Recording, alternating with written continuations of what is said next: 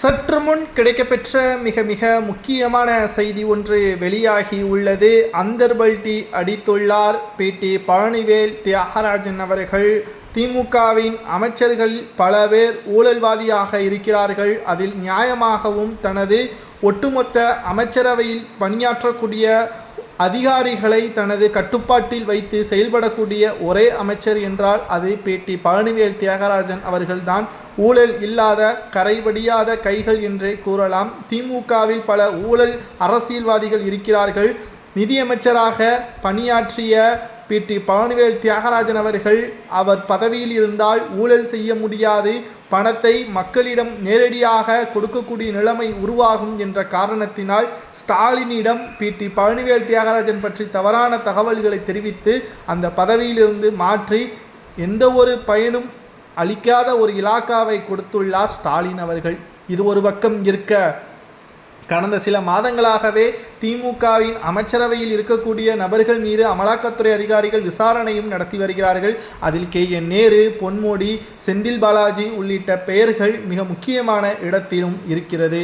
மேலும் திடீரென்று செய்தியாளர்களது சந்திப்பின் பொழுது தொடர்ச்சியாக அமலாக்கத்துறை அதிகாரிகளது சோதனை, ஊழல் அரசியல்வாதிகள் என்ற பெயர்கள் அதிமுகவின் அலுவலகத்திற்கு எதிராகவே KN நேரு அவர்கள் வேலை வாங்கி தருவதாக கூறி 35 லட்சம் ரூபாய் என்று ஒருவரிடம் கிட்டத்தட்ட 888 கோடி வரை கடந்த 4.5 ஆண்டுகளாக லஞ்சம் பெற்றுள்ளதாக பேனர்களும் அதிமுகவின் தரப்பினர்களால் வைக்கப்பட்டுள்ளது.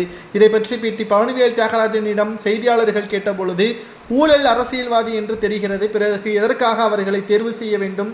திமுகவின் தலைமையாக இருக்கட்டும் அல்லது அதிமுகவாக இருக்கட்டும், எந்த ஒரு கட்சியாக இருக்கட்டும், ஊழல் என்று தெரிந்துவிட்டால் அவர்கள் வேட்புமனு தாக்குவது இந்திய ஜனநாயக கடமையின் அவர்களது உரிமை. ஆனால் வெற்றியடைய வைப்பது மக்களின் கடமை என்பதை தான் தற்பொழுது பேட்டி பழனிவேல் தியாகராஜன் அவர்கள் கூறியுள்ளார். யாருக்கு ஓட்டுக்கள் செலுத்த வேண்டும், யார் அரியணையில் இருக்க வேண்டும் என்பது மக்கள் போடுகின்ற அந்த ஓட்டில்தான் இருக்கிறது என்றும், பணத்தை பெற்றுக்கொண்டு ஓட்டுக்களை செலுத்தினால் நிச்சயம் அந்த பணத்தை வசூலிப்பதற்காகத்தான் அவர்கள் ஆட்சியையும் அதிகாரத்தையும் நடத்துவார்கள் என்பதற்கேற்ப அந்தர்பல்டி அடித்து பேசியுள்ளார். தான் மதுரையில் 1 ரூபாய் கூட கொடுக்காமல் தான் பதவியில் இருக்கிறேன், தான் வெற்றியடைந்தேன், MLAவாக எனது தொகுதியில் சிறப்பாக செயல்பட்டு வருகிறேன் என்றும் பேட்டி பழனிவேல் தியாகராஜன் அவர்கள் கூறுவது சரியா?